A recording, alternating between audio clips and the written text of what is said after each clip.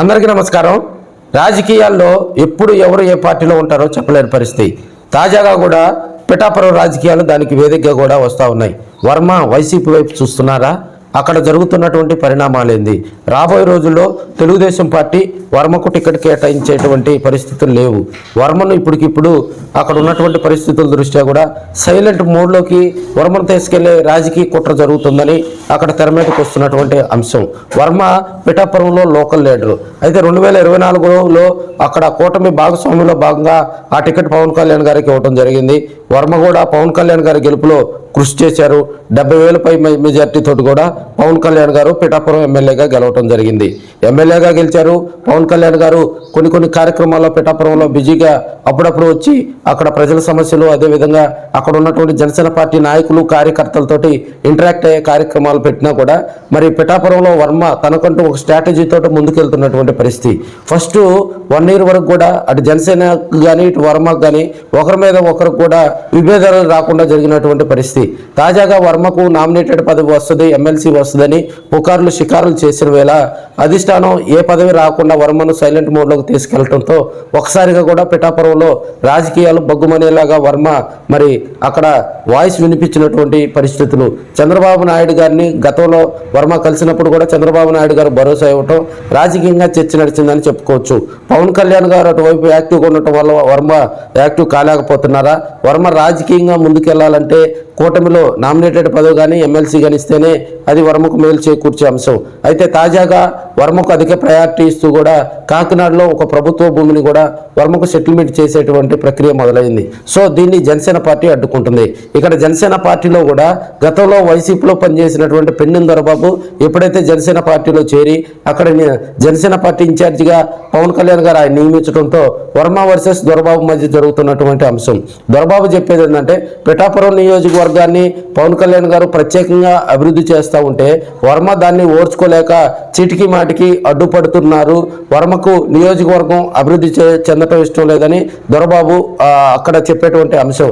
అయితే వర్మ చంద్రబాబు నాయుడు గారు సీఎంగా ఉన్నారు, ఆయన ఫోటో లేకుండా పిఠాపురంలో ఏ కార్యక్రమం పెట్టినా అడ్డుకుంటాం, భవిష్యత్తులో తమ తడాకా చూపిస్తామని వర్మ బాహటంగానే ప్రశ్నిస్తున్నటువంటి పరిస్థితులు. సో ఇప్పుడు అక్కడ లోకల్గా ఉన్నటువంటి ఎమ్మెల్యేకి సంబంధించి అక్కడ పవన్ కళ్యాణ్ గారు ఎమ్మెల్యేగా ఉన్నారు. ఆయన బిజీ షెడ్యూల్లో కూడా అక్కడ కార్యక్రమాలు దొరబాబు గారు చూస్తూ ఉన్నారు.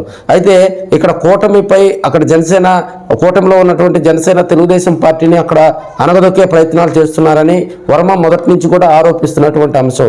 ప్రత్యేకించి అక్కడ జనసేన పార్టీని వారు బలోపేతం చేసేందుకు తెలుగుదేశం పార్టీలోనే విద్వేషాలు రెచ్చగొడుతున్నారని వారు చెప్పే అంశం.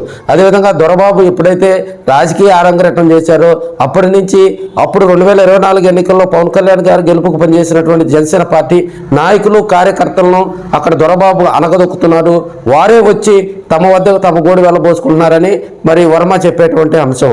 అయితే ఇప్పటికిప్పుడు వర్మ పార్టీ మారుతారా లేదా అనేది పక్కన కనుక పెడితే, ఎందుకంటే ఇప్పుడు ఇంకా 3 సంవత్సరాల వరకు కూడా కూటమి రూలింగ్ టైం ఉంది.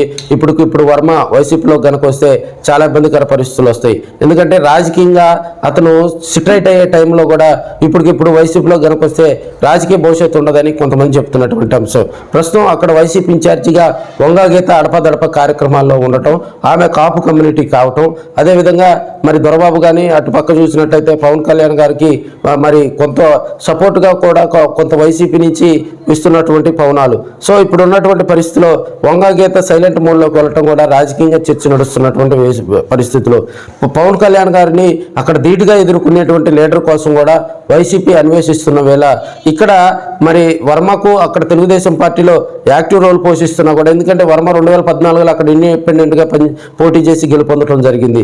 సో అప్పట్లో తెలుగుదేశం పార్టీ టికెట్ నిరాకరించిన ఇండిపెండెంట్గా పోటీ చేశారు, గెలిచారు. 2019లో దొరబాబు అక్కడ ఒక మనకి వైసీపీ తరఫున గెలిచినటువంటి ఎమ్మెల్యే.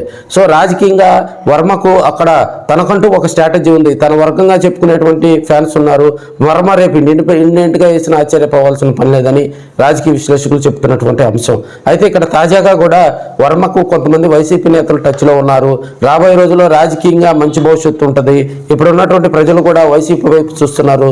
మరి వర్మ ఎప్పుడు వచ్చినా కూడా పార్టీలోకి చేర్చుకునేందుకు తాము రెడీగా ఉన్నానే వైసీపీ సానుకూల సంకేతాలు వర్మకు పంపించినటువంటి ధర్మిల వర్మ వర్మ అయితే ఇప్పుడు వైసీపీలో చేరే ఆలోచన లేదని వర్మ వర్గం చెప్తున్నటువంటి అంశం. అంత అవసరం కూడా లేదని, వర్మకు చంద్రబాబు నాయుడు గారు రాబోయే రోజులు అత్యధిక ప్రయారిటీ ఇస్తారని, ఈ చిన్న చిన్న సమస్యలు సమసిపోయి పిఠాపురంలో కూడా మరింత దూకుడుతోటి వర్మ ముందుకు పోతారని వారు చెప్పేటువంటి అంశం.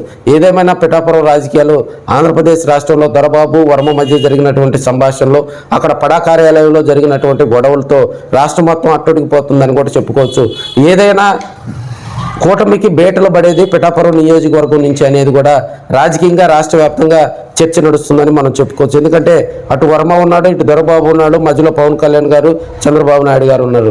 రాజకీయంగా కార్యకర్తలు, నాయకులు, లీడర్స్ ఎమోషన్ అయితే ఆ ఎమోషన్స్ ఎంతవరకు పోతాయో కూడా చెప్పలేని పరిస్థితి. సో పిఠాపురం రాజకీయాల్లో చల్లారితే పిఠాపురం నియోజకవర్గం అభివృద్ధిలో దూసుకుపోతుందని, అటు వర్మ దొరబాబును అధిష్టానంలో ఉన్నటువంటి పెద్దలు కూర్చొని సర్దుబాటు చేస్తారా, లేకపోతే ఇదే రాజకీయాలు రాబోయే రోజుల్లో మరింత దూకుడుగా మరి వర్మ ముందుకెళ్తారా అనేది కూడా కొన్ని రోజులు వెయిట్ చేయాల్సిందే. మరి చూశారు కదా ఫ్రెండ్స్, పిఠాపురంపై మీ కామెంట్ను స్పష్టంగా తెలియజేయండి.